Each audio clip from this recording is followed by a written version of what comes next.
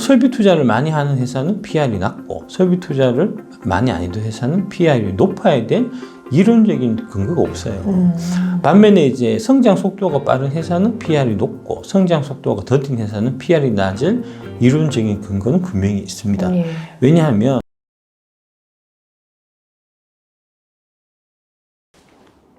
안녕하십니까, 박순혁 작가입니다. 지난 2달 동안 2차전지 투자 바이블 강의를 뼈를 갈아서 정말 열심히 제가 준비를 했고요. 많은 분들이 보고 2차전지 주식 투자에 큰 도움을 받았다, 밸류에이션 하는 방법에 대해서 배우게 돼서 뜻깊은 시간이었다 등의 이제 좋은 반응들 많이 보여주셔서 너무나 이제 감사하게 생각하고 있고요. 이번 6월 말을 기점으로 해서 일단 이제 판매를 종료하게 된 점을 알려드리려고 합니다. 아직까지 이제 이 강의에 대해서 좀 생각은 있었지만 신청하지 않으셨던 분들 6월 말까지 좀 빠르게 서두르셔서 이제 신청하시고 2차전지 투자 바이블 책자까지 받아서 이제 제대로 공부하는 시간을 가지셨으면 좋겠고요. 서둘러 주셨으면 하고 부탁드리겠습니다. 네, 감사합니다.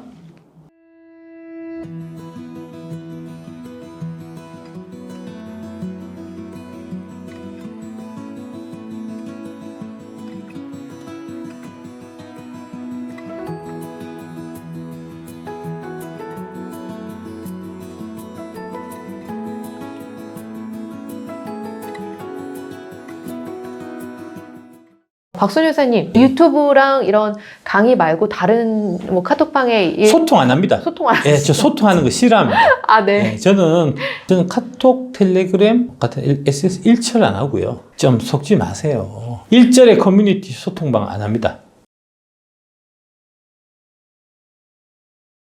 반갑습니다. 한주주입니다. 박순혁 이사님을 2주 만에 뵙습니다. 이사님, 오늘도 찾아주셔서 감사드립니다. 불러주셔서 고맙습니다. 네. 예.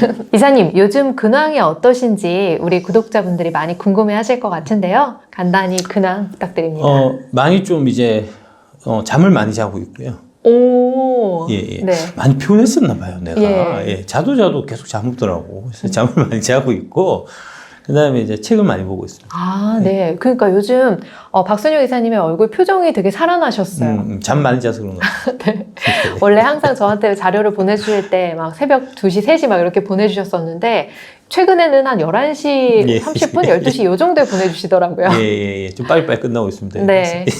또 이렇게 저희 주주 상담소를 위해서 늦은 시간까지 고생해서 자료 만들어주시고 보내주시고 하시는데요.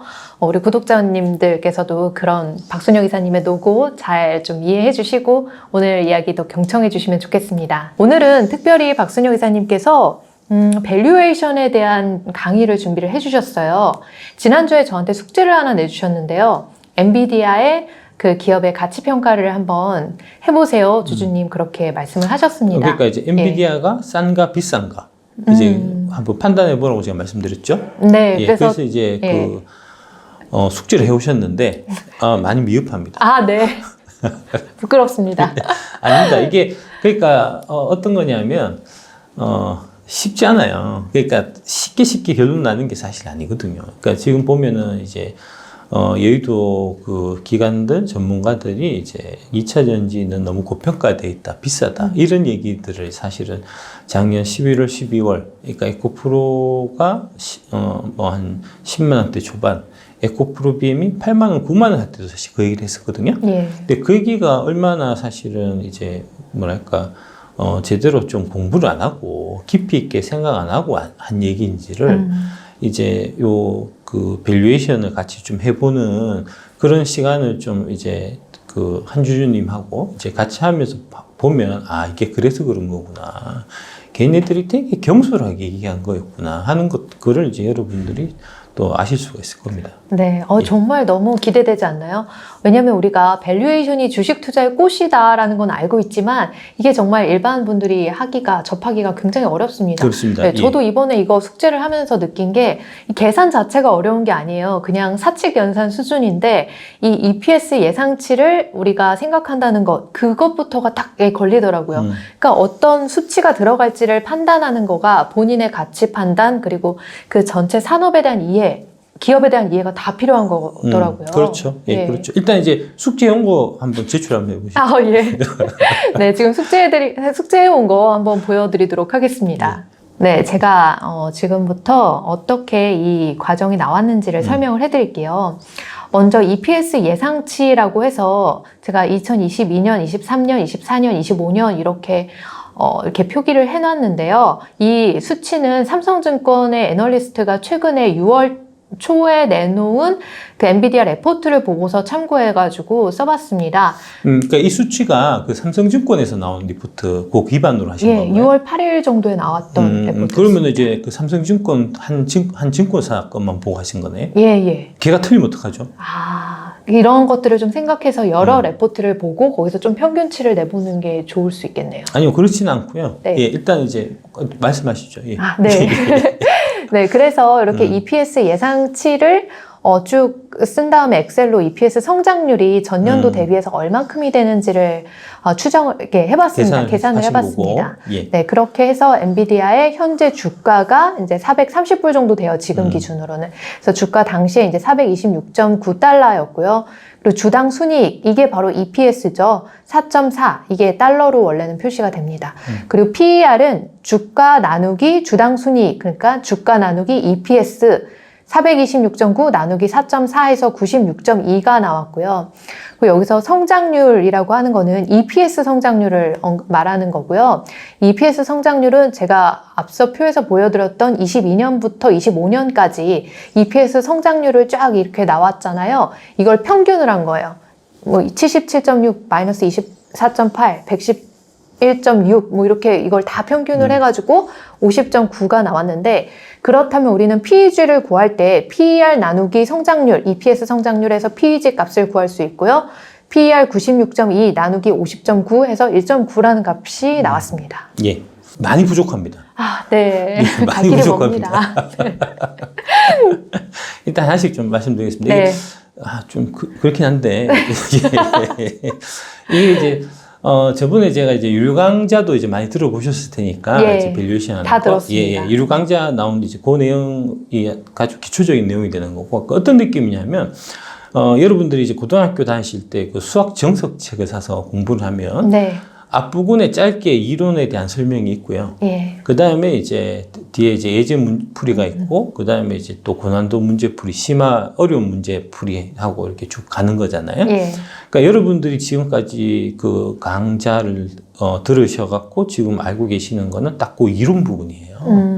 그러니까 그 수학 정석책에 나오는 그 이론 부분만 내가 한번 읽어봤다라고 해서 문제를 풀 수 있는 게 아니잖아요. 그죠? 그러니까 앞으로 이제 문제를 풀려면은 이제 예제부터 해서 풀어야 되고, 그 다음에 점차적으로 이제 심화 문제 이제 풀고, 그렇게 해서 이제 익혀야 되는 거거든요. 그러니까 수학은 손으로 이제 공부하는 거지 머리로 공부하는 게 아니라는 거잖아요. 그러니까 밸류에이션도 사실 마찬가지 느낌으로 접근하셔야 되거든요. 네. 그러니까 이제 지금 한주주님하고 이제 예제를 한번 좀 풀어보는 이제 그런 과정이다라고 보시면 될 것 같고, 네.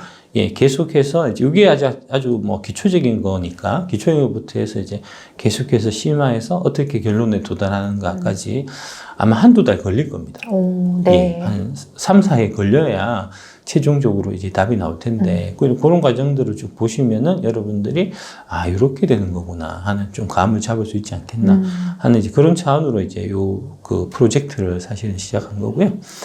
그 다음에 이제 수치 열심히 준비해 오셨는데, 일단 말씀드려야 될 부분이, 삼성증권 애널리스트면, 그 해외 쪽 이제 담당하는 이제 그런 애널리스트일 거잖아요. 예. 그러니까 걔가 실적 추정을 제대로 할 수가 없어요.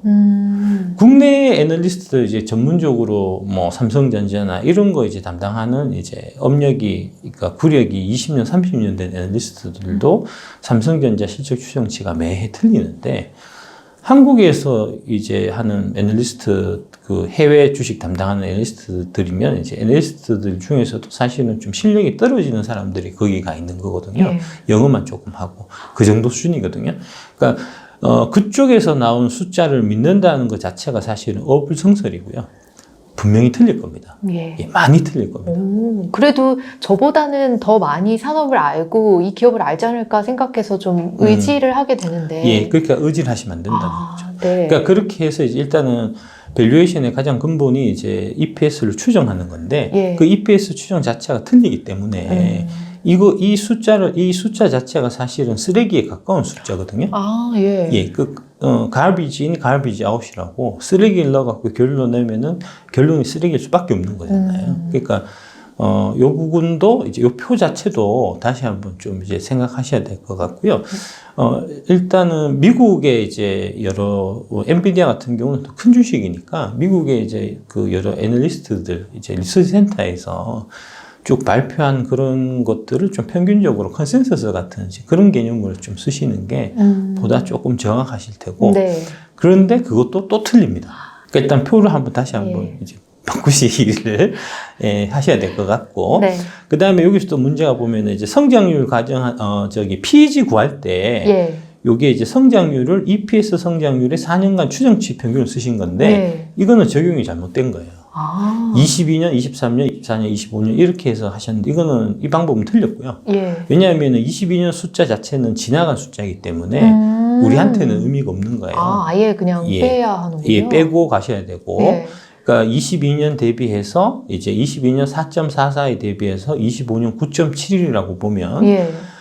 한 2배 조금 더 되는 정도가 되잖아요. 예. 요거를 이제 복리로 그러니까 이제 꺽쇠해서 갈로 네. 열고 1 이제 슬래시 3 갈로 닫고 무슨 말씀인지 예. 이해하시죠? 예, 그렇게 해서 압니다. 예. 기하 이제 평균으로 그렇게 네. 해서 계산해야 정확한 이제 성장률 숫자가 나오는 거고요. 그러면 이게 몇 배인지를 해서 예. 그걸 이제 좀 지수로 이렇게 해서 그걸 토대로 해서 그렇죠. 1년 예, 성장률을 이렇게 그렇습니다. 평균 예, 성장률을 그렇게 봐야 내는군요. 되고요. 예, 그렇게 봐야 되는 네. 게 맞고요.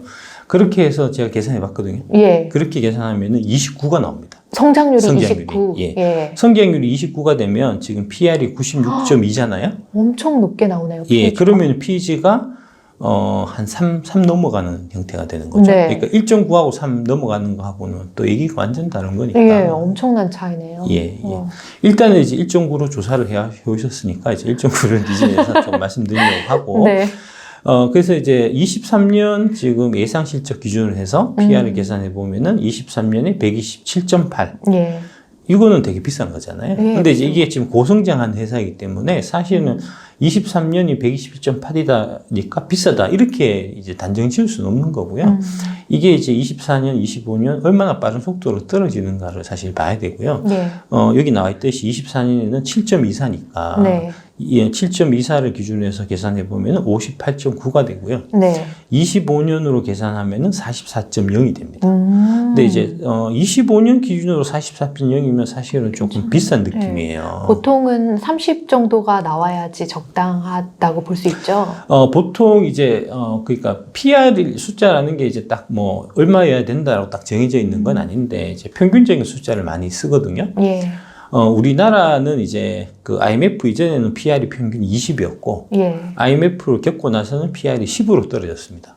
많이 떨어졌네요. 예, 그거는 이제 이유가 IMF 때 사람들이 주식해갖고 엄청나게 되었기 때문에 IMF 이후에 주식에 대한 좀 이제 거부감 같은 것들이 생겼어요. 그러니까 시장 인기 같은 부분들. 그래서 이제 그런 부분들 때문에 PR 20 하던 게 이제 10 정도를 기준으로 해서 그동안 쭉 움직였고, 그래서 이제 애널리스트들도 기본적으로 이제 그 평범한 주식일 경우에 PR 10배를 기준해서 10배 미만이면 싸다, 10배 이상이면 비싸다, 이렇게 이제 보통 판단을 하거든요. 예. 그러니까 이제 그런 정도다라고 보시면 될 것 같고, 반면에 미국 같은 경우는 계속해서 장도 좋았고, 그 다음에 이제 미국 사람들 자체가 주식을 되게 좋아하는 사람들이잖아요. 거의 인구의 70% 정도가 투자한다고 하더라고요. 그렇죠. 예, 그리고 개인 자산들이 우리 같은 경우는 이제 보면은 뭐 주식이나 채권, 예금이 뭐 한 20%, 부동산이 80%인데 미국은 이제 주식이 70%, 그다음에 부동산이 30%뭐 이렇게 된다고 하더라고요. 그러니까 그런 이제 선호도 같은 부분들도 사실은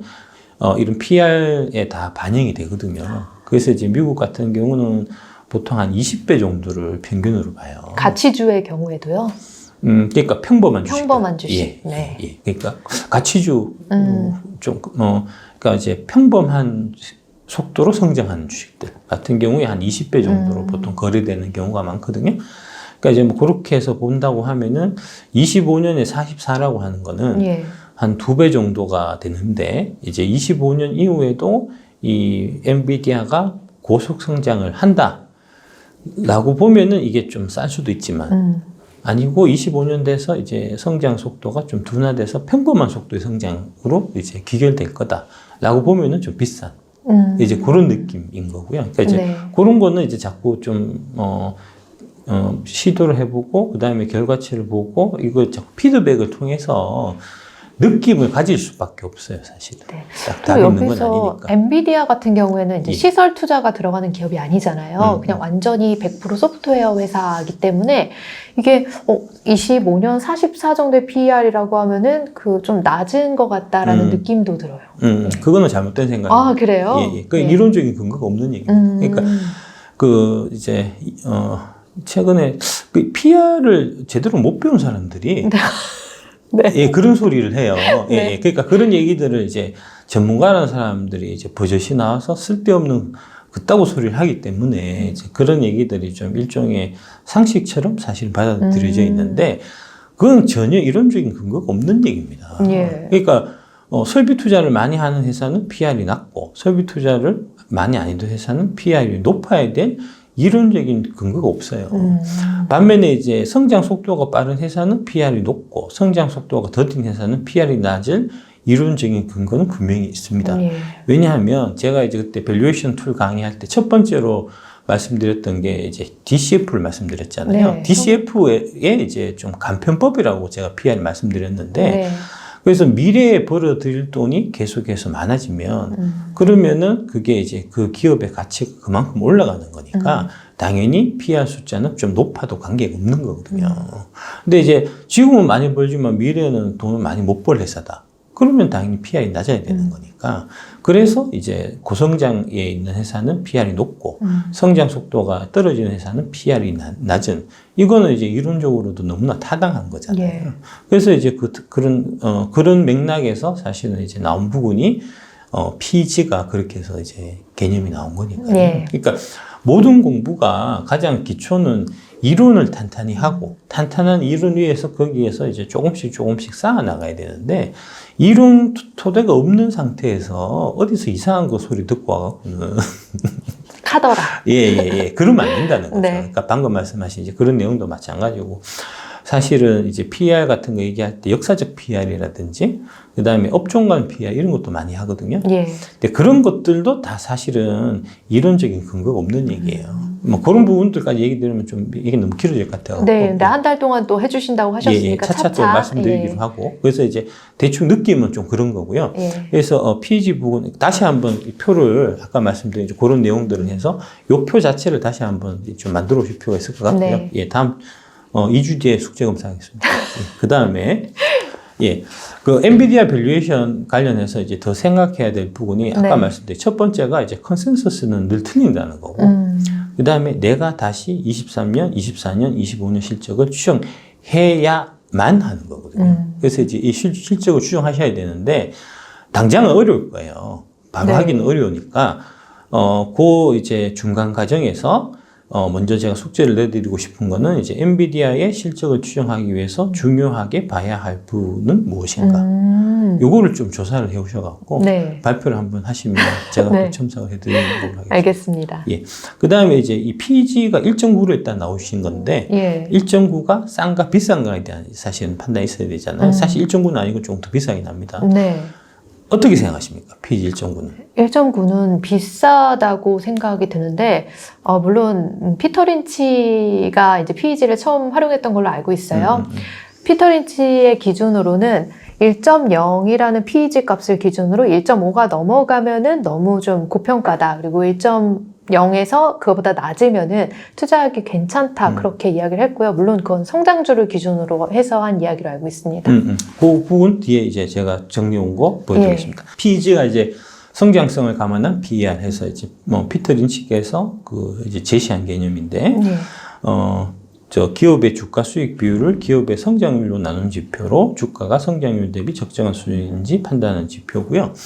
요 책에 보면은 이제 그 피터린 책에 보면은 대략 한 3년에서 5년 정도 이제 그 성장률 평균을 사용해요. 예. 그러니까 23, 24, 25.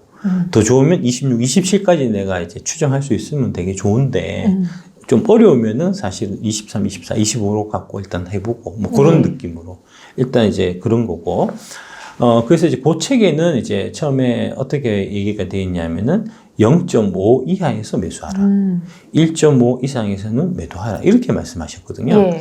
근데 이제 말씀드렸지만 무작정 그대로 따라하는 것은 옳지 않다는 거죠. 그러니까 그 느낌, 그 다음에 그 원리, 근본적인 원리를 사실 좀 이해하셔야 될 필요가 있고요. 네. 피터 린치가 활동하던 시절이 되게 대략 보면은 이제 한 80년대 초반, 90년대까지 하셨는 모를 텐데 80년대 초반일 거예요. 70년대 말 80년대 초반 뭐 요 정도 무렵 7, 80년대 이제 활발하게 활동하셨는데 그때는 전반적으로 미국 증시가 되게 저평가되어 있던 국면입니다, 사실. 그러니까 아까 말씀드렸듯이 지금은 이제 미국이 계속해서 이제 주가가 좋아서 PR이 평균 20이라고 말씀드렸잖아요. 예. 그 무렵은 평균 PR이 15배 미만이던 시절이에요. 아, 그때가 7, 80년대면 오일쇼크 시기였군요. 예, 오일쇼크 예. 시절이고 개인 투자자들이 이제 미국 개인 투자자들이 주식에서 많이 물려있던 시절이거든요. 그래서 이제 그때는 다들 많이 꺼렸었기 때문에 PR 수준 자체가 사실 많이 낮았었고요. 그래서 이제 그 피터 린치가 주로 하셨던 이제 저평가된 우량주를 사서 발굴해갖고 크게 수익 나는 이제 그런 형태가 많이 이제 그런 기회들이 사실 많이 있었던. 왜냐하면 저평가된 주식들이 되게 많았던 시절이니까 네. 이제 그런 시절에는 0.5 이하에서 매수, 1.5 이상에서 매도를 해도 충분했지만 먹을 것들이 많이 있었지만 예. 지금은 전반적인 PEG 수준 자체가 많이 PR도 그렇고 PEG도 그렇고 많이 높아져 있는 상태여갖고 이 수치로 갖고 사실 적용하면 거의 안 맞아요. 아, 그러면 제가 이해하기로는 이 수치로 가지고 접근하는 게 너무 보수적이어서 수익을 좀 잃을 수도 있다. 그렇습니다. 예, 그러니까 살 수 있는 주식 자체가 없는 겁니다. 네. 0.5 이하에서 매수를 하라고 하는데 네. 0.5 이하가 없다는 얘기입니다. 예. 아, 이해가 주식 되네요. 그 평생 못 한다는 얘기예요. 네. 예. 그 다음에 1.5 이상에서 매도를 하면 네. 너무 빨리 팔아버린다는 얘기예요. 그러니까 지금 엔비디아는 2점 몇이 훨씬 넘어간다고 예, 하셨는데. 3 넘어간다고 사실 봐야 돼요. 네. 예, 다시 한번 계산해 보시면 네. 3이 넘어갈 겁니다. 분명히. 예, 예. 그래서 무작정 그대로 따라하는 건 옳지 않다는 거고요. 이게 시대별로 계속 바뀌는 거니까 이제 그런 느낌 같은 것들을 좀 이해하실 필요가 있고 요걸 한번 보시면 요것도 이제 그때 제가 밸류에이션 강제, 유료 강제 할 때 사실 썼던 표입니다. 이제 다시 갖고 왔는데 예. 2020년 9월 기준에서 보면은 나스닥의 PEG가 이렇게 나와요. 볼까요? 예. 지금 넷플릭스가 1.399, 네. 어도비가 1.54, 마이크로소프트가 1.55, 비자가 1.63, 월마트가 2.38, 알파벳이 2.45, 스타벅스가 2.57, 이렇게 뭐 엔비디아가 이때 2.81이었거든요. 애플도 2.73이고. 예. 그러니까 뭐 코카콜라 2.85, ASML이 3.78, 존슨앤존슨가 4.07, 나이키가 4.47, AMD가 5.24, 테슬라가 이때 6.44였거든요. 아마존은 8.31이었고. 저 상황에 제가 이제 투자를 하고 있었다니 놀랍습니다. 예. 그러면 이때 네. 다 팔았어야 된다는 얘기잖아요. 네. 여기서 살 수 있는, 갖고 있을 수 있는 주식은 넷플릭스 딱 한 종목밖에 없다는 없어요. 얘기잖아요. 네. 근데 그게 실제로 맞았을까요? 아니요. 그러니까 이론이 중요한 게 아니고 실제로 내가 돈을 버느냐 못 버느냐가 중요한 거잖아요. 예. 그러니까 이게 이제 교조적으로 그냥 1.5 이상이면 팔아야지 해갖고 갖고 있다가 다 팔았으면 그 다음에 어떻게 됐냐면 이렇게 됐다는 거죠. 요 노란색 칠해놓은 부분이 아까 보여드렸던 그 지점입니다. 예, 2020년 9월. 이때가 11,000포인트였고요. 그 이후에도 주가는 계속해서 올라가서 고점은 16,000포인트를 찍었습니다. 네. 그러니까 지수 기준에서 45%가 더 오른 거고요. 예. 아마 이 기간 동안에 이제 아까 보여드렸던 다시 한번 보여드리면 이런 주식들이 여기에 이제 핫한 이런 주식들이 평균적으로 2-3배에서 많게는 5배까지도 올랐을 거예요. 네, 그렇죠. 지수보다 훨씬 더 많이 훨씬 올랐죠. 더 많이 올랐던 네. 주식이니까. 예. 그러니까 이게 너무 그렇게 교조적으로 접근하면 안 된다는 거죠. 네, 그러니까 1.5 그때. 넘었다고 해서 절대 사면 안 돼 이런 게 아니라. 그런 건 아니라는 거죠. 예. 그러니까 이런 부분들도 좀 이해를 하고 계셔야 된다는 거고. 네. 다음 한번 보시면 이렇게 해서 이제 16,000포인트를 찍었을 때 그때는 평균적으로 PEG 값이 이제 보면은 그 아까 1.5인 게 뭐 3이 됐을 테고, 예. 이제 3이었던 거는 뭐 6이 됐을 거고, 이런 식으로 PEG가 전반적으로 아주 하이 있을 거잖아요. 네. 그러면은 그 시점에서는 내가 조심을 해야 되겠구나. 지금 고평가되어 있는 구간이구나 하는 거를 사실 느낌이 있으셔야 되고, 그럼 어떻게 했겠습니까? 그러면 조금 어느 정도 현금을 예, 현금 비중을 늘리고 있었겠죠. 그러니까 자연스럽게 해결된단 말이에요. 지금 말씀드린 게 밸류에이션 공부를 열심히 해서 그 개별 기업들의 가치가 싸다 비싸다 이런 거에 대한 내 주관이 있으면 네. 이게 이제 그 이후에 금리를 인상하든 금리를 몇 번을 더 올리든 그 다음에 미국을 포함해서 세계 경제가 나빠지든 이런 거를 고민 안 해도 개별 종목 단에서 벌써 답이 나온단 말입니다. 아, 이거는 좀 많이 고평가돼 있고 전반적으로 좀 비싸져 있구나. 네. 내가 좀 조심해야겠구나 하는 사실 느낌이 생기는 거고, 음. 반면에 여기서 이제 쭉 밑에 보면 2020년에 그때 주가 폭락했을 때 있잖아요. 예, 코로나 때 3월 코로나 3월 달에. 예. 이때는 아마 PEG 값을 계산했으면 네. 1이나 1.5 미만인 주식들도 되게 많았을 겁니다. 그죠? 그러니까 그때 보면 이게 지금은 사야 될 좋은 타이밍이구나. 그래서 밸류에이션 공부를 제대로 해서 내가 거기에 대한 감을 갖고 있으면 그러면은 이제 금리 인상 인하라든지 이제 그다음에 세계 경제 어떻게 된다든지 종합 주가 지수가 앞으로 어떻게 움직일 거라든지 이런 거 생각 안 해도 된다는 거죠. 저거 방금 말씀을 들으면서 생각하게 된 건데 매도 타이밍을 잡는 거는 그래도 어려운 것 같지만 매수 타이밍을 이 밸류에이션을 계산해서 잡는 거는 꽤 쉬울 수 있다는 생각이 들어요. 그렇습니다. 예, 예. 그렇습니다. 예. 그래서 이제 시장의 방향을 예측하고 주식을 사게 되면 네. 이때 코로나 버블 때 막 떨어지는 이 무렵에 사기가 쉽지 않았을 거예요. 무서웠어요, 저도. 예, 무섭고 더 떨어질 것 같으니까. 근데 내가 싸고 비싼 거를 기준해서 이제 항상 주식을 보는 사람이면 싸지니까 많이 싸졌네 해서 사게 되고 샀는데 좀 더 빠지면 더 싸졌네 더 사게 되는 겁니다. 그래서 이제 장기적으로 보면은 이제 이런 지수의 움직임, 주가의 움직임을 이제 예측해서 돈을 맞추려고 하는 이제 투기자들, 거래자들보다는 오히려 이제 많이 떨어졌을 때 사갖고 저렴했을 때 사서 많이 비싸지면 파는 이제 피터 린치나 워렌 버핏이나 이런 분들이 장기적으로 보면은 훨씬 더 많은 돈을 벌 수밖에 없는 게 사실 바로 이런 이유 때문이에요. 네. 예. 그래서 이제 16,000포인트 갔을 때 너무 사실 고평가돼 있었던 거고, 그래서 이제 무거운 거는 떨어지기 마련이니까, 그래서 쭉 떨어져서 저점을 1088포인트를 찍었거든요. 네. 이때 이제 하락폭이 마이너스 37%였으니까요. 이 기간 동안에 사실 이제 그 아까 엔비디아 같은 경우 지금은 많이 올라와서 전고를 회복했지만 3분의 1토막 났었습니다. 그러니까요. 되게 힘든 시기를 예. 버텨냈어요. 테슬라가 4분의 1토막 거의 네, 가까이 맞아요. 나오고 그랬었던 거죠. 예. 예.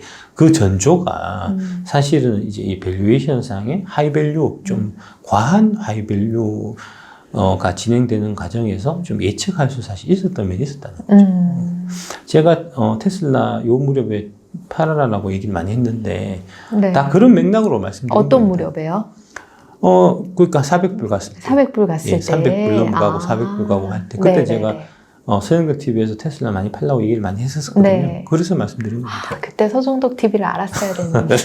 여튼 저는 다시 많이 올랐잖아요. 네, 다시 많이 올라왔고 계속 존버 잘하고 있습니다. 근데 이제 그것도 좀 제가 봐서는 다시 한번 이제 그 가치에 대해 갖고 네. 한번 좀 이제 판단해 보셔야 될 시점이 아닌가 싶고요. 예, 지금 또 그런 시점이 온 것 같아요. 예, 엔비디아 이제 끝나면 테슬라로 한번 해보시면 괜찮을 것 네. 같습니다. 예. 그래서 이제 뭐 그런 형태로 보시면 될 것 같고, 그래서 1088포인트, 1030포인트 찍은 다음에 최근에 이제 또 많이 올라오고 있죠. 예. 지금 얼마나 13,000 하나요? 14,000인가? 오, 최근에 많이 회복했을 겁니다. 예. 13,500. 13,500까지 왔네요. 예. 그러니까, 떨어졌던 거에 한 반 정도가 회복된 지금 네. 상태거든요. 이게 반 회복됐는데 여기서 더 올라가서 이제 16,000 다시 갈 건지, 예. 아니면 이제 많이 떨어졌다가 반 회복하고 다시 떨어질 건지, 늘 사실 판단해야 되는 상황이거든요. 사실은. 어렵다. 예, 그죠? 그거는 이제 결론적으로 보면은 엔비디아가 싸냐 비싸냐 하고 관계 있는 얘기입니다. 예. 테슬라가 싸냐 비싸냐 하고 관계 있는 얘기입니다. 그러니까 엔비디아나 테슬라가 비싸면 그러면은 이제 나스닥 주가는 하반기는 좀 안 좋을 가능성이 많은 거고요. 계산해 봤는데 테슬라하고 엔비디아 아직도 비싸지 않다. 그러면은 더 올라갈 수 있는 여지가 있다고 봐야 될 겁니다. 그러네요. 그 두 종목이 아무래도 미국에서 나스닥의 시가총액에서 굉장히 큰 부분을 차지를 하고 있기 때문에 그런 몇 개의 종목들이 이런 나스닥 지수를 견인을 하잖아요. 그렇습니다. 예. 첫 번째는 큰 비중을 차지하고 있고 네. 두 번째는 올해의 상승을 그 두 종목이 견인했기 때문에 그렇습니다. 예. 예, 주도주니까. 주도주가 언제 무너지냐면 주도주의 밸류가 너무 이제 과할 때 무너지는 거거든요. 그러니까 지금 이제 엔비디아하고 테슬라의 이 평가, 가치 평가가 이제 싸냐 비싸냐를 판단하는 게 결국은 나스닥이 고점을 치고 떨어지느냐 더 올라가느냐에 대한 판단의 근거 자료가 사실 되는 겁니다. 아, 이게 또 제가 테슬라 주주잖아요. 예. 오랜 주주인데 지금이 정말 그런 판단이 필요한 때인 것 같습니다. 저희도 사실 이제 저희 애널리스트 제가 생활할 때 네. 이제 그 센터장님, 리센터장님 항상 하는 게 이제 그 시장 예측하는 거잖아요. 이제 앞으로 6개월 뒤에 종합주가에서 오를 것 같다, 내릴 것 같다, 이런 거 이제 하는데, 처음에는 이제 다 이 거시경제 데이터 이런 거를 이제 기초로 해서 이제 막 이렇게 돌려갖고 이제, 결론을 낸 다음에, 그 다음에 항상 섹터 애널리스트들을 다 한 대 불러서 모아요. 네. 그래서 이제 섹터 애널리스트들한테 이제 너네 지금 다녀보면은 그 업종의 기업들이 어떻게 얘기하냐. 지금 이제 경기 전망이 앞으로 그 회사들이 이익이나 이런 부분들이 좋아질 거로 얘기하냐, 나빠질 거로 얘기하냐, 이런 걸 다 물어보세요. 그래서 이제 그런 것들을 다 취합해서 마지막에 결론을 좀 수정하고 하거든요. 네. 근데 대개의 경우에 이제 그러니까 탑다운 방식, 이제 금리라든지 거시경제라든지 이제 성장률이라든지 이런 거를 기초로 해서 주가 지수를 예측하는 것보다는 그 바텀업 방식, 그러니까 이제 개별 업종 애널리스트들이 자기들이 맡고 있는 기업들이 어떻게 얘기하더라, 앞으로 전망이 어떨 것 같다 라고 얘기해서 하는 그 평균치를 모아놓은 예. 그게 더 정확하더라고요. 아, 진짜 그럴 것 같아요. 예. 그러니까 그 이제 뭐 서정 대표님도 말씀하시지만 네. 지수에 너무 집착하지 마라. 그거는 단순한 평균에 불과한 거다라고 말씀하시는데 사실 진짜 그렇습니다. 그러니까 착각하시는 부분들이 어떤 거냐면 이제 종합주가지수를 자꾸 예측하시려고 하는 이유가 종합주가지수가 올라가면 내가 갖고 있는 주식도 오를 거니라고 생각해서 전혀 관련이 없죠. 예. 네. 아, 삼성전자랑 관련 있겠다. 전혀는 아니고요. 네. 삼성전자하고도 사실 관련 없고요. 그래요? 예. 그러니까 대표적으로 착각하시는 부분이 삼성전자가 안 오르는데 주가 어떻게 오르냐 이런 얘기 하잖아요. 그거 네. 틀린 얘기예요. 예. 2016년부터 예. 2014년부터 2020년까지 거의 박스피였잖아요. 근데 이제 그 박스피 동안에 삼성전자는 계속해서 올랐거든요. 그렇네요. 그러니까 삼성전자 올랐으니까 지수가 올라야 될 거 아닙니까? 아니, 안 올랐다니까요. 그거 마찬가지입니다. 그러니까, 이제 보통 보면은, 저희가 보면 통상적으로 이제 주가 상승할 때는, 지수가 상승할 때 이제 주식이 올라가는 확률은 대략 한 70% 정도예요. 예. 계산해 보면. 나중에 이제 백데이터 같은 거 저희가 돌려보면, 상승장에 내가 갖고 있는 주식이 오를 확률이 70%라는 거거든요. 예. 그러니까 30%는 지수가 올라도 내 건 안 올 수 있다는 얘기입니다. 반면에 이제 지수가 떨어질 때는 대략 90%가 떨어져요. 왜 그럴까? 아, 그렇더라고요. 예. 예, 아, 제 통계적으로. 예, 통계적으로. 우리가 거죠. 통계를 돌려보면, 네. 떨어질 때는 다 같이 떨어지고, 상승할 때는 좀 선별적으로 올라가는 경향이 있습니다. 예. 그러니까, 상승장을 내가 기가 막히게 맞췄다고 하더라도, 내가 30%에 해당되는 안 오르는 주식을 사면 돈 못 벌어요. 아무 관계없는 얘기입니다. 어우, 슬프겠어요. 예. 반면에 떨어질 때는 이제 90%가 떨어지기 때문에 네. 떨어지는 장에서 사실은 이제 안 떨어진 종목을 갖고 있기는 사실 좀 어렵습니다. 아, 그러면은 좀 이상하고 애매한 주식 가지고 있으신 분들은 상승장에 그 상승의 흐름을 못하고 하락장에 더 같이 떨어지고. 떨어지는, 예. 아유, 속상해요. 대개의 경우에 그런 애매한 주식들을 갖고 계시기 때문에 네. 그 애매한 주식들을 장기 투자를 하시기 때문에 비자발적 장투를 하기 때문에 대한민국에서 장기 투자는 안 된다고 얘기하시는 거고요. 그런 말 많이 들었습니다. 예. 떨어지는 장에서도 10%에 해당되는 주식이 있다고 말씀드렸잖아요. 예. 그 주식은 갖고 있으면 장기 투자했으면 돈 벌었겠죠. 예. 이제 그런 겁니다. 그래서 이제 종목이 사실 훨씬 더 중요하고요. 지수나 이제 펀더멘탈, 지수나 그 다음에 경제, 매크로는 안 중요해요. 근데 이제 지수하고 매크로를 사실은 이제 그 펀드 매니저들, 저도 이제 펀드 매니저 출신이니까 이런 사람들은 좀 유심히 중요하게 볼 수밖에 없는 게 그런 전략하에서 움직이거든요. 예. 그러니까 법규라든지 제도라든지 하는 부분들이 그렇게 할 수밖에 없게끔 이제 규정이 그렇게 돼 있어요. 그래서 이제 어쩔 수 없이 일단 근본적으로 한 기업에서 이제 그 자산 운용사에서 그 매크로를 먼저 이제 예상을 해갖고 이제 경기가 좋을 것 같다 하면은 이제 주식 비중을 90%, 채권을 10% 이런 식으로 이제 자산 배분을 일단 하고 그 다음에 자산 배분한 다음에 그 자산 안에서 이제 그 반도체는 몇 프로, 2차 전지는 몇 프로, 그 다음에 그런 식으로 해서 업종별로 또 이제 나누고, 그 다음에 업종별로 나눈 다음에 그 업종에서 무슨 주식을 얼마만큼의 비중을 갖고 가고, 이런 식으로 다 이제 짜서 나오기 때문에, 예. 기관들은 이제 그런 흐름에서 벗어날 수가 사실 없는 거고요. 근데 개인들은 그렇게 할 이유가 전혀 없거든요. 법적으로 그렇게 규정되어 있는 것도 아니고.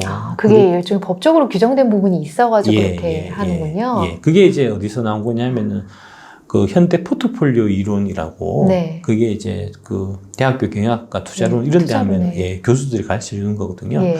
그런 거 다 쓸데없다, 헛거다라고 이제 주식 투자에서 돈 제일 많이 버신 이제 워렌 버핏이 항상 말씀하시지만 그러나 그럼에도 불구하고 세상은 그런 사람들이 장악하고 있기 때문에 그 이제 자산 운용업 관련된 법규나 제도나 이런 거는 다 그런 대학 강단에서 가르치는 그 투자론 현대 포트폴리오 이론을 기초로 해서 만들어져 있거든요. 말이 현대지만 그게 굉장히 오래전에 나온 거 아닌가요? 그렇죠. 그렇죠. 그거를 지금까지 적용한다는 거네요. 그래서 되게 좀 쓸데없는 짓인데 네. 쓸데없는 짓을 할 수밖에 없는 그런 규정이 있어서 사실 어쩔 수가 없습니다. 그래서 이제 그래서 그런 거고요. 근데 이제 뭐 개인들은 그런데 전혀 이제 구속받을 이유가 없는 거니까 그냥 이제 바텀업으로 해서 좋은 주식 사서 이제 갖고 가시면 되는 거니까 이제 뭐 그런 맥락으로 말씀드리는 거고 제가 이제 그래서 과감하게 2차 전지 100% 몰빵해라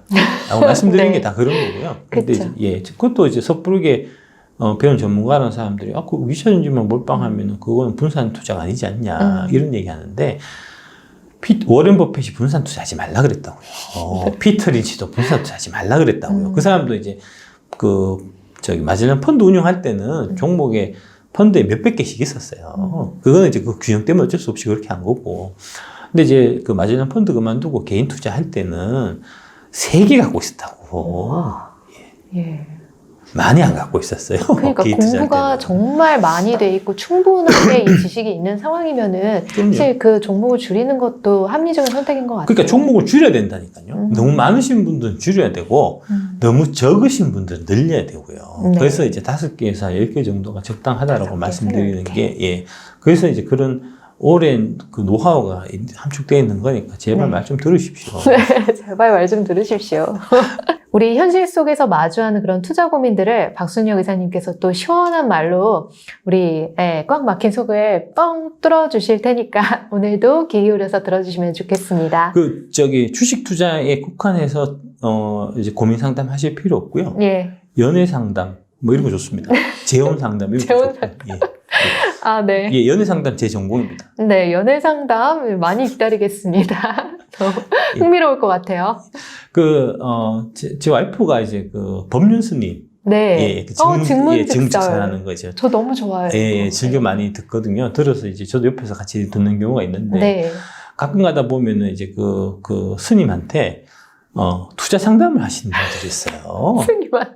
예. 아니, 네. 주식 투자 이런 거. 예. 근데 이제 물어보면 제가 깜짝 놀라는 게 스님이 그 투자 상담을 너무너무 잘하세요. 정말요? 예. 제 같은 이제 주식 전문가가 봐도 경제가 저분이 보통 경제가 아니다. 이제 여의도의 기관들 나와서 얘기하는 것보다 저분이 월등하게 수준이 높다는 생각이 든다니까요. 투자는 역시 철학인가 봅니다. 예. 그래서 이제 그런 거 보면서 제가 느끼는 게 확실히 이게 진리는 서로 통한다고. 네. 특정 분야에서 이제 어떤 높은 경지에 다다르게 되면 그러면 그게 이제 자연스럽게 다른 분야에까지 이제 연결되는 이제 그런 경우들이 있는데 법륜 스님이 딱 보면 좀 그런 거 아닌가 싶고요. 그러니까 투자의 본질을 다 깨뚫고 계셔요, 그분이. 네. 그래서 저도 많이 감탄하는데, 네. 마찬가지로 이제 저도 주식 투자를 열심히 연구를 해서 하다 보니까 이제 연애 상담도 할 수 있게 됐거든요. 네. 연애 상담 많이 부탁드리겠습니다. 네, 모든 이 또 진리는 통한다고 하시니까요. 너무 어려우면 안 하면 되니까, 네. 예, 너무 부담 갖지 말고 올려주십시오. 잘 네. 좀 선정해서 물어보시겠지, 뭐. 그쵸. 우리가 친구한테도 그리고 가족한테도 터놓을 수 없는 그런 고민들 있잖아요. 근데 여기서는 100% 익명이 보장되기 때문에 좀 자유롭게 편안하게 이용해 주시면 좋겠습니다. 예, 고민 상담 이제 들어가시죠. 네, 예. 고민 상담 지금부터 시작하겠습니다. 첫 번째 사연은요, 30대 김경민님의 사연입니다. 2017년 가상화폐 투자에 손을 대서 큰 손실이 났고 2천만 원을 손절했습니다. 하지만 다시 2021년도 상승장에 가상화폐 붐이 일어났을 때 또 투자를 해서 3천만 원 원금이 마이너스 85%가 됐습니다. 그래서 남은 금액이 450만 원인데요. 박 이사님께서는 가상화폐 투자를 어떻게 보시는지요? 부정적이신지 긍정적이신지 궁금합니다. 가상화폐를 손절하고 남은 450만 원으로 10년을 들고 갈 생각으로 2차 전지에 투자하는 게 나을까요? 아니면 그냥 가상화폐에 묻어두는 게 나을까요? 주변에서는 제가 생각하는 박 이사님처럼 믿음 가는 멘토분들이 계시지 않습니다. 쓴소리를 해주셔도 좋습니다. 박 이사님께서 생각하시는 가상화폐가 궁금합니다. 예, 일단은 이제 그 질문하신 분이 이제 30대라는 사실이 중요하고요. 예. 그러니까 이제 돈을 두 분 정도 날리셨는데, 네. 잘하셨습니다. 아, 이분이 사실 2번 정도 질문을 주셨는데, 예. 아마도 아이가 있는 아버지인 것 같습니다. 예. 잘 날리셨습니다. 네. 예. 젊을 때 날리는 게 좋습니다. 회복할 수 있거든요. 예. 나이 들러서 이제 뭐 60, 70대 갖고 날리면 회복도 안 돼요. 맞아요. 그대로 끝이거든요. 그러니까 30이면은 뭐 이제 한참 돈 많이 버실 때니까 예. 수업료를 이제 일단 톡톡히 지불했다. 수업료 제대로 지불했다라고 생각하시면 될 것 같고, 뭐 5천만 원이 돈입니까? 나이도 서른이면 금방 벌 수 있는 돈입니다. 그러니까 그럼요. 용기 잃지 마시고 일단 네. 말씀드리고, 그거 이제 가상화폐 자산, 이제 가상화폐, 이제 그거 관련해갖고, 제가 13강에 네. 대한민국 가치평가 역사와 PER 해갖고 이제 그 강의한 내용에 그 가상화폐 관련된 내용이 있어서 네. 제가 갖고 왔습니다. 네, 맞습니다. 이 내용은요, 저희 이 배터리 관련된 강좌, 있잖아, 유료 강좌 예, 있는데요. 예. 그 유료 강좌의 13강에 PER 가치평가에 대한 내용에 이 예, 가상화폐 관련된 내용이 있었습니다. 예. 그래서 이제 그걸 좀 말씀드리면, 네.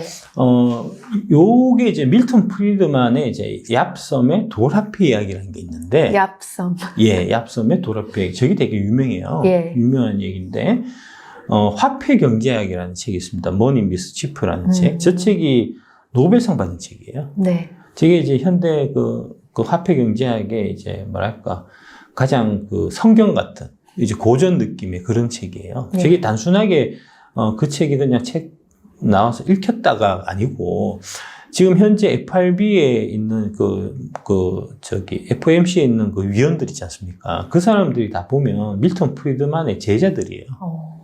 그러니까 밀턴 프리드만이 그 책에 썼던 그 내용이 지금 전 세계의 그 화폐 정책을 지금 지배하고 있다고 봐도 되거든요. 거의 뭐 교과서 같은. 교과서입니다. 예, 책이네요. 교과서 중에서도 가장 핵심적인 교과서입니다. 예.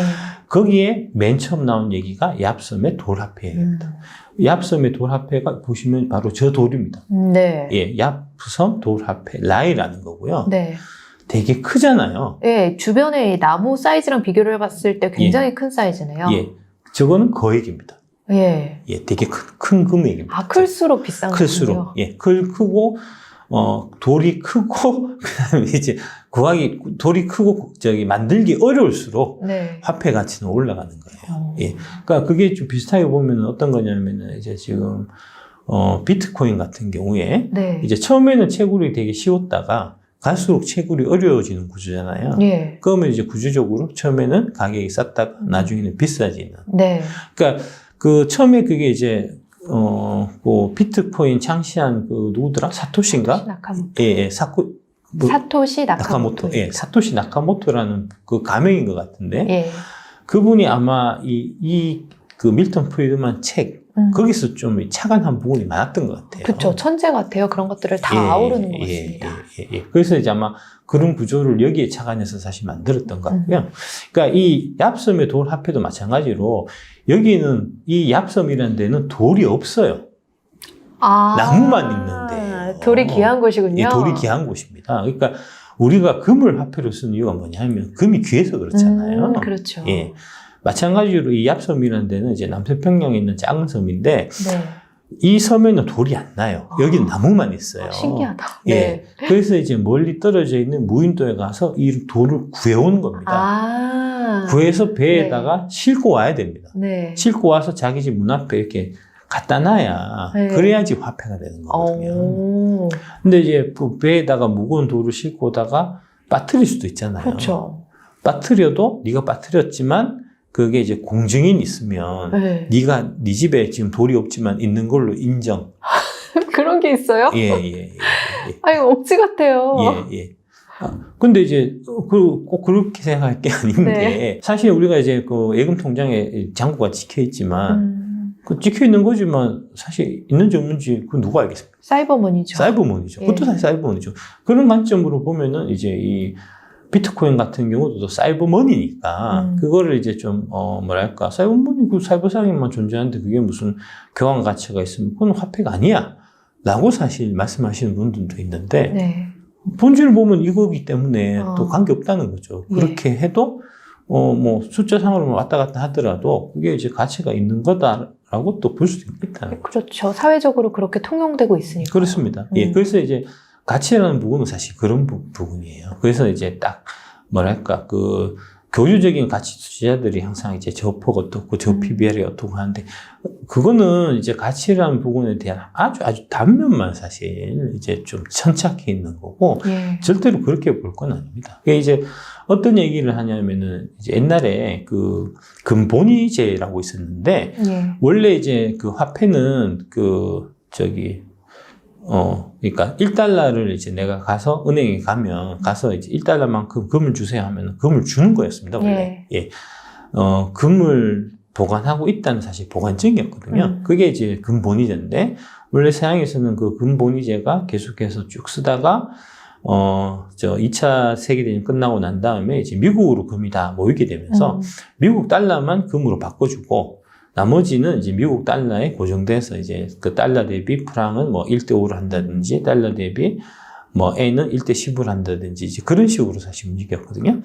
그래서 이제 프랑스에서 이제 달러를 많이 갖고 있다가 딱 보니까 그때 베트남 전쟁하고 이제 달러를 너무 많이 찍어갖고 이거 이제 지금 늦으면은 저 달러 금을 안 바꿔줄 것 같다 해서 그래서 이제 프랑스에서 왕창 달러 갖고 와서 금 바꿔달라고 했는데 금이 없어가지고 이제 금태한 정지 뭐 이렇게 해갖고 지금 이제 지금 같은 이제 자유 그 환율 시장으로 되는 건데 그때도 보면 금을 달라고 하잖아요. 금을 달라고 하면은 미국에서 이제 프랑스로 금이 가야 될 거잖아요.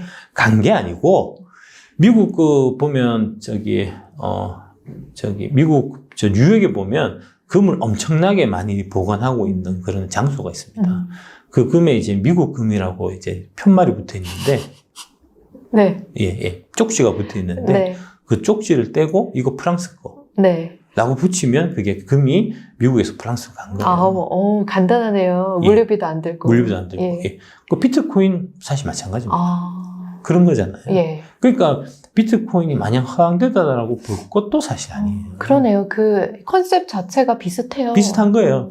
그런 데서 사실 파생돼서 나온 거기 때문에 이제 그렇고 그래서 이제 결론적으로 말씀드리면 이제 가치라는 거는 사회적인 믿음에서 나온다는 겁니다. 여기 앞부분에 이제 요 얘기가 쭉 나오죠. 돌을 기둥으로 안 쓰고 이 섬에서는 이 돌이 화폐로 쓰였는데 그 이유는 라이라는 돌은 화강암의 속성을 가지고 있었고 다른 돌처럼 흔하지 않은 희귀한 돌이었다는 거고 인근 섬까지 배를 타고 돌을 가져와 배를 운반하고 했는데 운반하던 중에 폭풍을 만나서 배가 가라앉고 그 안에 있는 돌덩어리가 바다에 가라앉게 되더라도 증인들이 있었고 그들이 봤기 때문에 돈이 됐다는 거거든요. 이제 뭐 그런 얘기고.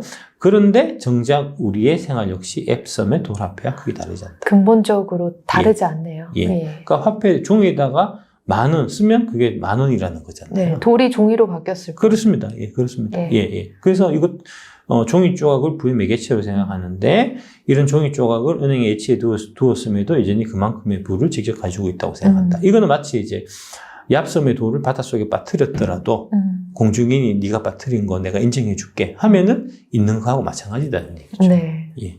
그래서 이제 화폐란 재질이 무엇이 되었든 간에 결국 사용하는 사람들의 확고한 믿음에서 시작된다.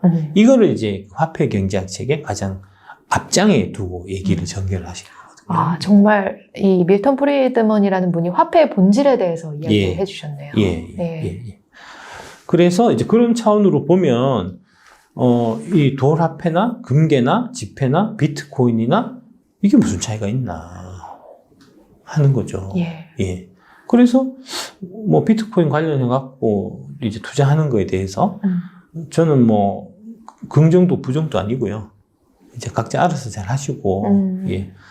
근데 제 생각에는 초창기에 나도 좀 했어야 되나 싶은 생각이 좀 들어요. 예. 지금 와서 보니까 이제 그 처음 비트코인 나올 때도 사실 저는 그런 생각 좀 했었거든요. 아, 이런 비슷한 생각 그때도 하신 예, 거예요? 그런 생각 했었는데 살 생각은 사실 안 했고요. 네. 예, 그거는 이제 저도 정통 교육을 좀 받아갖고 이게 이제 아무래도 이제 뭐 주식이면은 밸류에이션도 따지고 뭐 이렇게 이제 가치가 있잖아요. 그러니까 그 객관적인 가치가 있는 거잖아요. 예. 근데 이제 이 비트코인이라는 건 사실 객관적인 가치는 없는 거고 없죠. 주관적인 믿음만 있는 거니까 그래서 왠지 비트코인 하면은 좀 내가 이단에 빠지는 것 같은 느낌이 들어갖고 그래서 안 했는데 지금 생각해 보면은 소액이라도 좀 나도 비트코인 한번 해봤어야 되지 않나 네. 싶은 생각이 좀 듭니다, 사실. 정말 소액으로 할 수 있는 투자기 때문에 지금도 늦지 않으셨습니다. 네.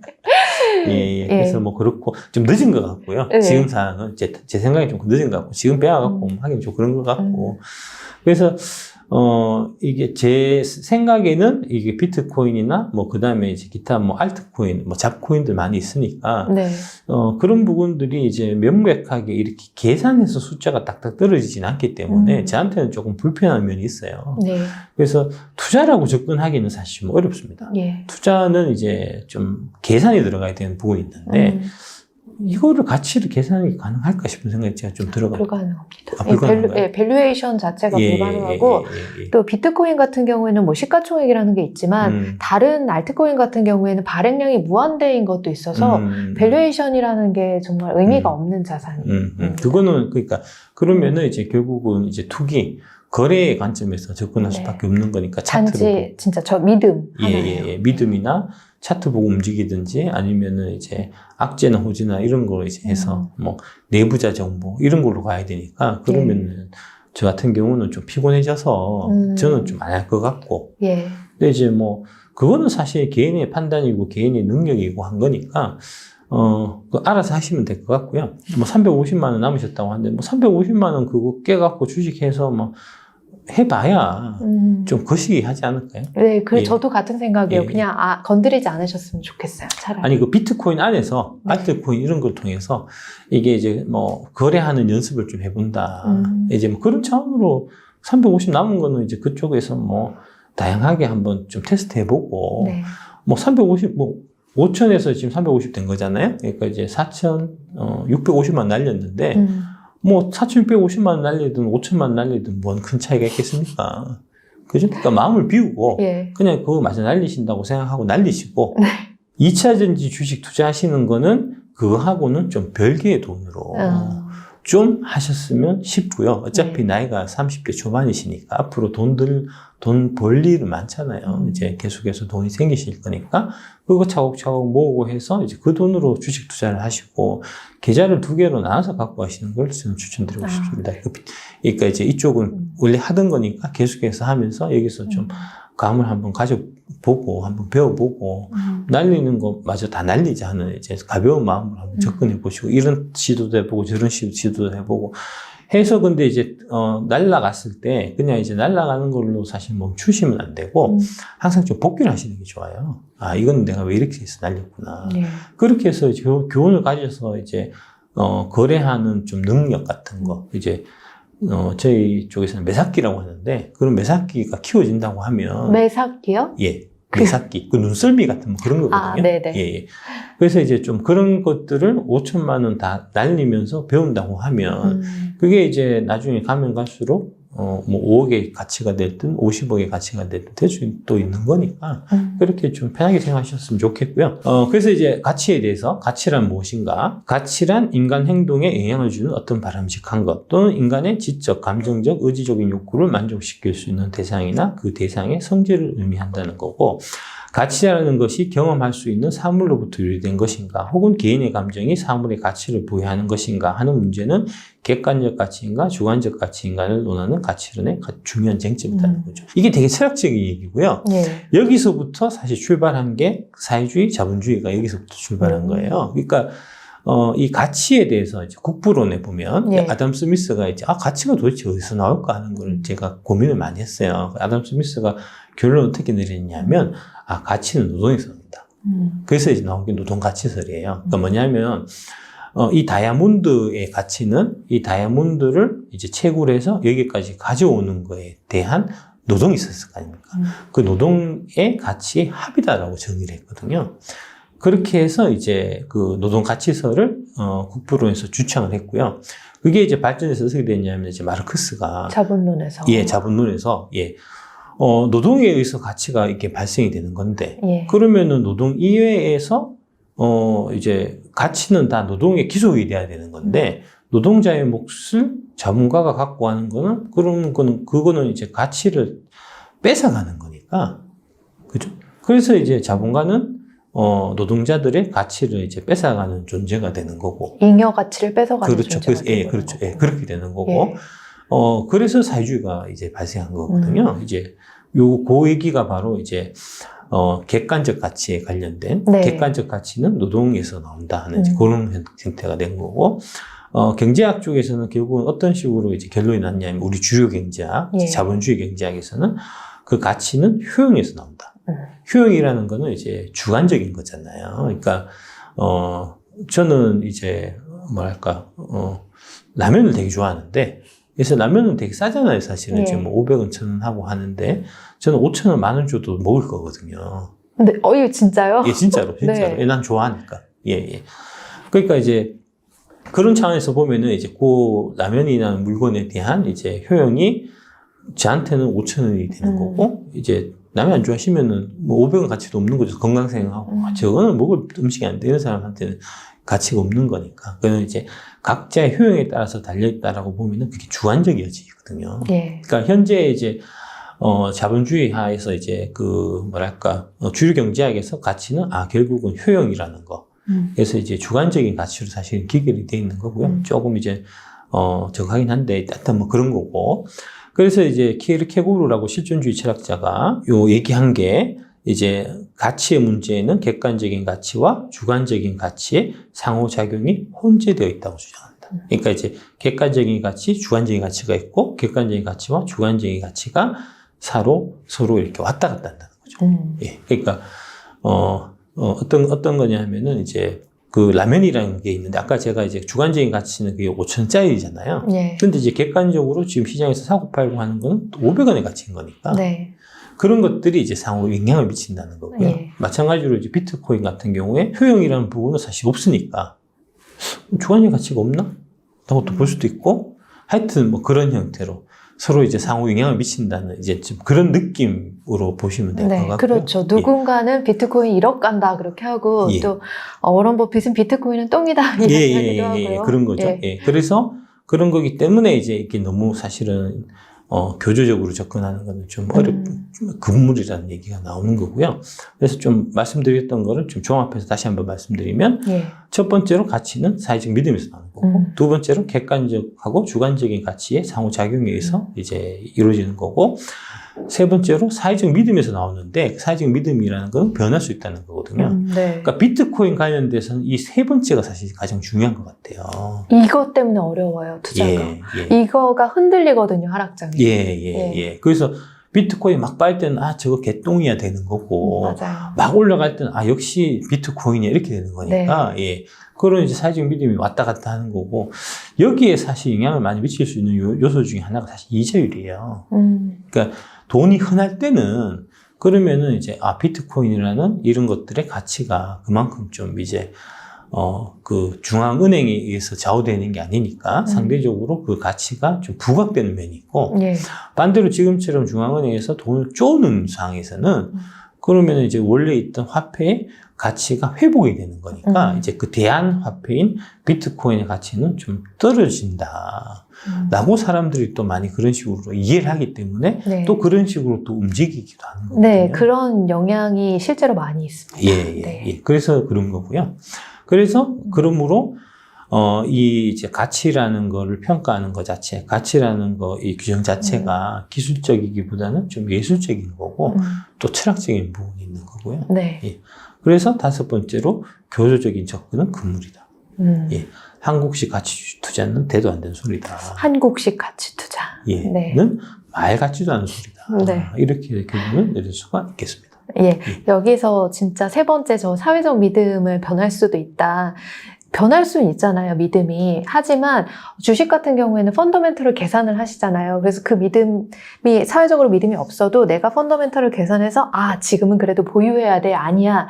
이걸 결정할 수가 있는데 비트코인은 그럴 수가 없기 때문에 이게 굉장히 고통스러운 거예요, 존버의 기간이.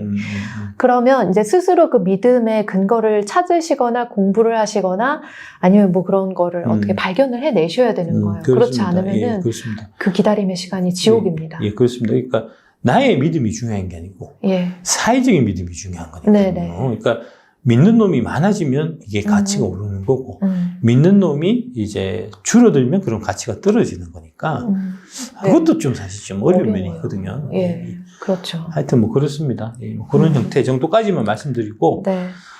그래서 이제 그 객관적인 가치에 대한 얘기를 좀 더 드리자면 객관적인 가치는 기업 실적이라고 할 수 있고요. 주관적인 가치는 인기라고 할 수 있습니다. 네.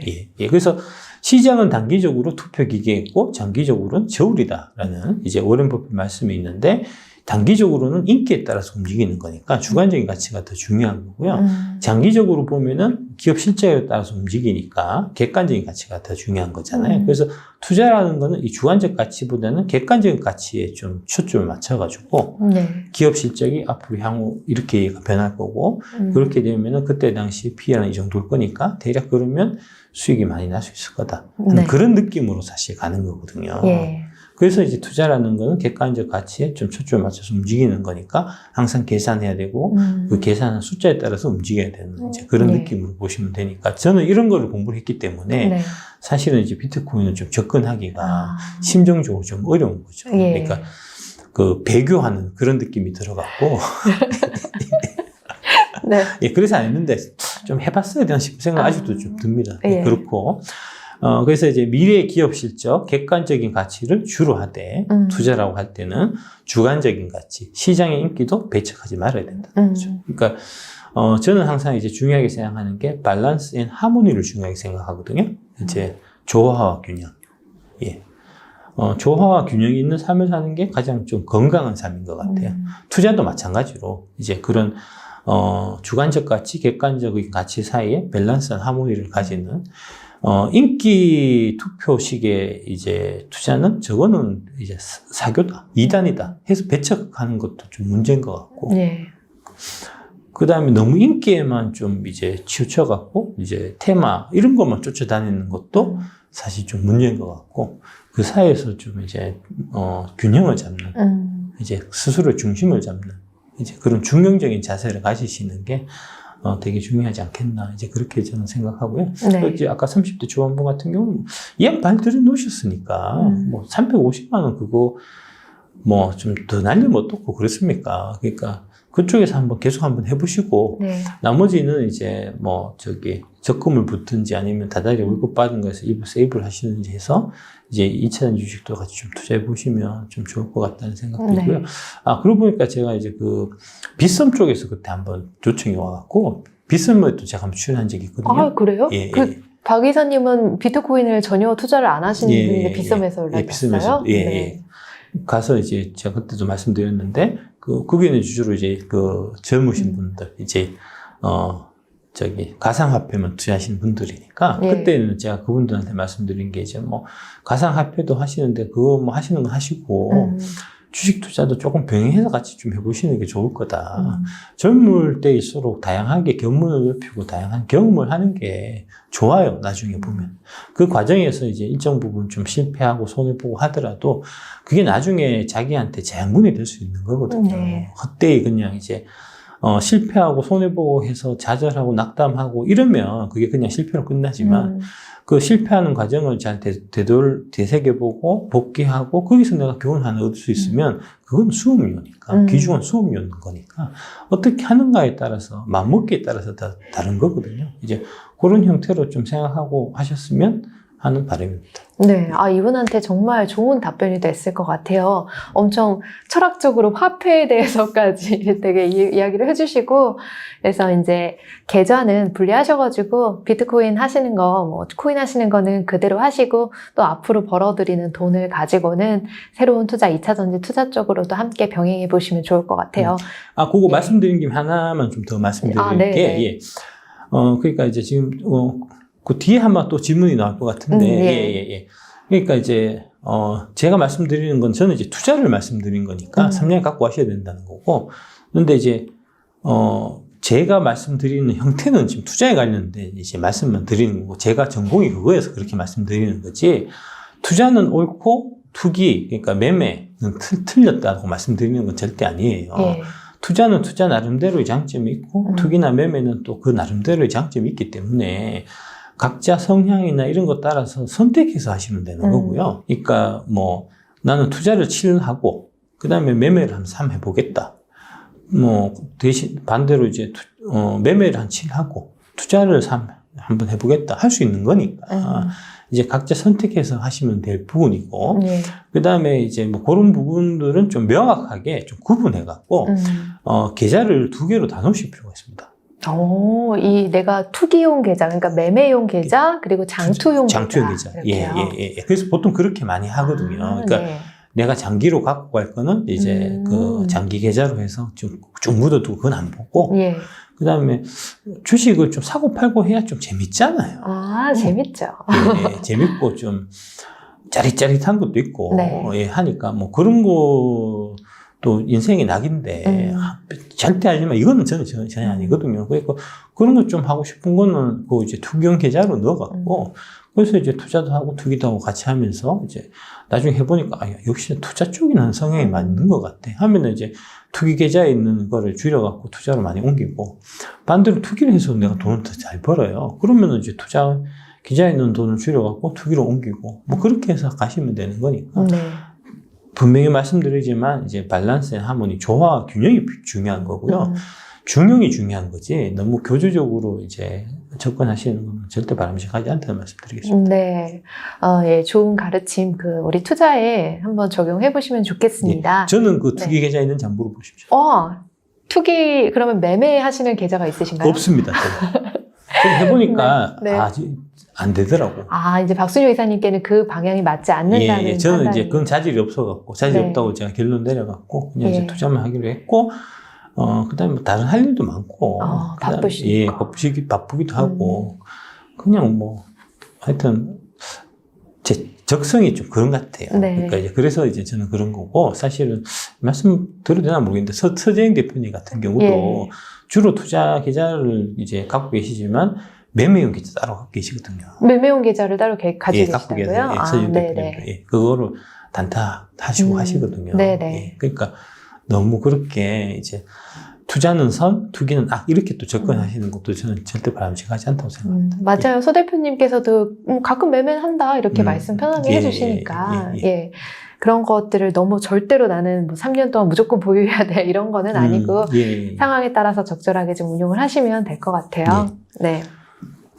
그러면 마지막으로 이 비트코인 관련해가지고 마지막으로 짧게 한 말씀만 드려보자면 질문자님께 이거 다음번 반감기가 아마 2024년 아마 5월경일까요? 그 정도에 올 텐데, 비트코인의 발행량이 앞으로 더 줄어들게 되면, 이 비트코인의 이 전체 수량이 한정되어 있기 때문에, 거기에서 또 이렇게 수요가 붙으면 가격이 폭발적으로 상승할 수 있는 여지도 있거든요. 그래서 지금 이미 이렇게 기다리셨고, 이미 이렇게 많은 손해가 나신 판국에 너무 지금 파시지 마시고, 차라리 뭐 6개월, 1년 정도 더 기다리셨다가 이런 반감기가 지나고 좀 의사결정을 해보시는 게 어떨까, 그런 의견을 저는 좀 드려보고 싶었습니다.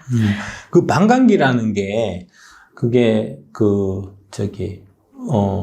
기간이 딱 정해져 있는 건가요? 네. 6개월, 1년 뭐 이런 식으로 딱 있는 건가요? 보통 4년입니다. 4년마다? 네, 발행량이 예. 4년 이후에 절반으로 줄어들면서 점점 이 최고 발행량에 가까워지는 그런 곡선을 그립니다. 그러니까 비트코인은 제가 봐서는 아까 그 말씀드린 이제 얍섬의 그 돌합해 그런 이제 돼서 아이디어를 착안해갖고 예. 구조 자체는 되게 잘 짠 것 같아요. 비트코인은. 예. 그렇죠. 그러니까 정말 이렇게 세계의 많은 사람들이 이제 투자 자산으로서 인정을 하고 있고요. 문제는 알트코인인 것 같아요.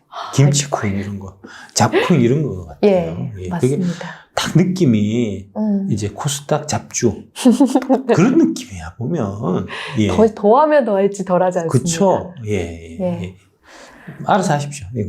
제가 뭐라고 말씀까지 못 드리겠습니다. 네, 저도 딱 여기까지만 말씀을 드리겠습니다. 네, 두 번째 질문으로 넘어가 보겠습니다. 30대 킹제님의 사연입니다. 안녕하세요. 2차전지 3년차 투자자입니다. 2차전지 오래 투자하셨네요.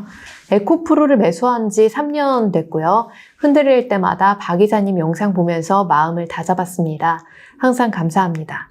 질문은 금양에 대한 이야기가 나왔어요. 예. 금양에 대한 이야기 잘 안 해주시긴 하는데 그래도 한번 드려보도록 하겠습니다. 제 여자친구가 은행원인데요. 하도 적금만 들고 삼성전자와 현대차에 물려있다고 하길래 그거 다 팔고 예금 깨고 해서 주식을 사라고 그렇게 조언을 해줬습니다. 종목은 배터리 8대 종목 중에서 2개 종목과 그리고 금양입니다. 8대 종목은 수익이 좀 나서 제가 안심하고 있지만요. 근데 금양은 고층에 물려서 제가 매일마다 잔소리를 듣습니다. 금양에 대해 잘 말씀 안 하시는 걸로 알고 있지만 그래도 아주 사소하게나마 간접적으로 말씀해 주실 것이 있으신지 고견을 여쭙고 싶습니다. 먼저 이제 금양에 대해서 말씀드릴 수 없는 점에 대해서 좀 양해를 구해야 되겠습니다. 네. 예, 지금 이제 금융당국에서 대놓고 째려보고 있어갖고 그분이 지금 질문하시는 분의 네. 이제 도움을 드리기 위해서 제가 네. 잘못 말씀드렸다가 제가 큰일 나는 수가 있기 때문에 네. 그래서 이제 말씀 못 드리는 거 양해 부탁드리고요. 제가 이제 금융 관련해서 항상 말씀드렸던 게 이제 전체 포트에서 10%나 20%를 절대 넘지 마라라고 말씀드렸거든요. 그러니까 그거를 기준에서 생각하시면 될 것 같고 그 다음에 3개를 골라주셨잖아요. 네. 5개 하시라니까. 3개 안 됩니다. 3개 안 됩니다. 5개 이상으로 됩니다. 하시라고 했습니다. 그 정도만 말씀드리겠습니다. 네, 저 5개 이상, 10개 이하로 관리를 해주시면 좋겠습니다. 3개를 하는 게 3개 해야 좀 빨리 벌 것 같거든요. 그렇죠. 막상 해보면 안 그래요. 막상 해보면 안 그렇다니까. 네. 그거는 이제 나중에 한번 좀 기회 되면 제가 한번 또 보여드리려고 하는데, 이제 포트폴리오 분산 효과가 있잖아요. 그러니까 분산하면 좋은 점이 이제 리스크가 줄어드는 거잖아요. 그러니까 리스크 줄어드는 그 숫자가 대충 보면 한 5개에서 한 10개 정도 사이 되면 충분히 줄어요. 네, 5개 정도가 됐을 때 그 리스크가 80% 정도 하락한다고 저도 그 표를 본 적이 있어서. 그러니까 그게 이제 지수적으로 줄었는데 3개는 좀 심해. 네. 그래서 말씀드리는 거니까. 그렇죠. 세계는 뭐 정말 피터 린치나 이 주식 시장에 대한 아주 넓은 이해가 있으신 그런 전문가분들이나 한번 해볼 법하고. 초심자는 5개에서 10개 사이 하는 게 맞습니다. 그렇죠. 또 직장인이시니까요. 직장인이니까.